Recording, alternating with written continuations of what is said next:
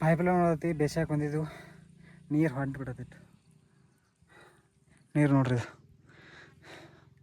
ಇಷ್ಟೆಲ್ಲ ಮಣ್ಣು ಅಡ್ಡಿದ್ದು ಕರೆ ಜಲ್ದಿ ಬೆಸಿದಾಗೋದಿಲ್ಲ. ಈಗ ಮತ್ತು ಹೊಳೆ ಸಂಜೆಗೆ ಬರ್ಬೇಕಾಕೈತಿ.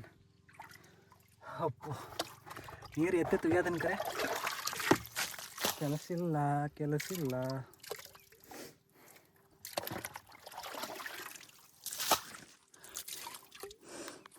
ನೀರೆಲ್ಲ ಖಾಲಿ ಆಗ್ಯಾವು. ಇಟ್ಟು ತೆಗೆದೆವು ತುಂಬಿ ಹೊರಗೆ ಹೋದೈತಿ ಎಷ್ಟು. ಈಗ ಪೈಪ್ ತರಾಕತ್ತಾರ, ಅದನ್ನು ತೊಗೊಂಡು ಬಂದು ಬಿಡಬೇಕು. ಹಾಂ ಹಂಗೆ ಮಾಡ್ಕೊಂಡು ಹೆಂಗೆ ಮಾಡ್ತೀವಿ ನೋಡಿ. ಅದಕ್ಕೆ ಹೋಗುತ್ತೆ ರಾಡಿ ಅದನ್ನು ಒಯ್ಲೇನು ರೆಂಟೋಣ. ಅದನ್ನು ಕೊಡ್ರಿ ಈಗ ಬರ್ತದೆ ನೋಡಿ. ಹೆಂಗೆ ಹಾಕೊಂಡ್ಬಿಟ್ರೆ ಎಲ್ಲಿ ಬೇಕಾದಪ್ಪ. ಹಾಂ ನಾಳೆ ರಿಂಗ್ ಸಿಗುತ್ತಾ ಇವು. ಹಾಂ ಈ ರಿಂಗ್ ತಾಂಡ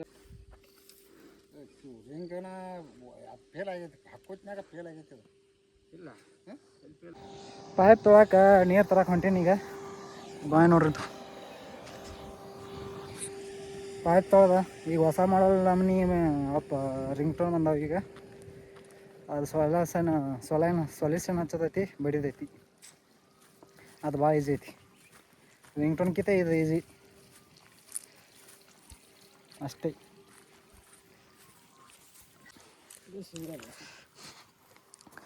ಪೈಪ್ ತಂದು ಮಣ್ಣು ಮಾಡಿಬಿಟ್ಟು ನೋಡಿ.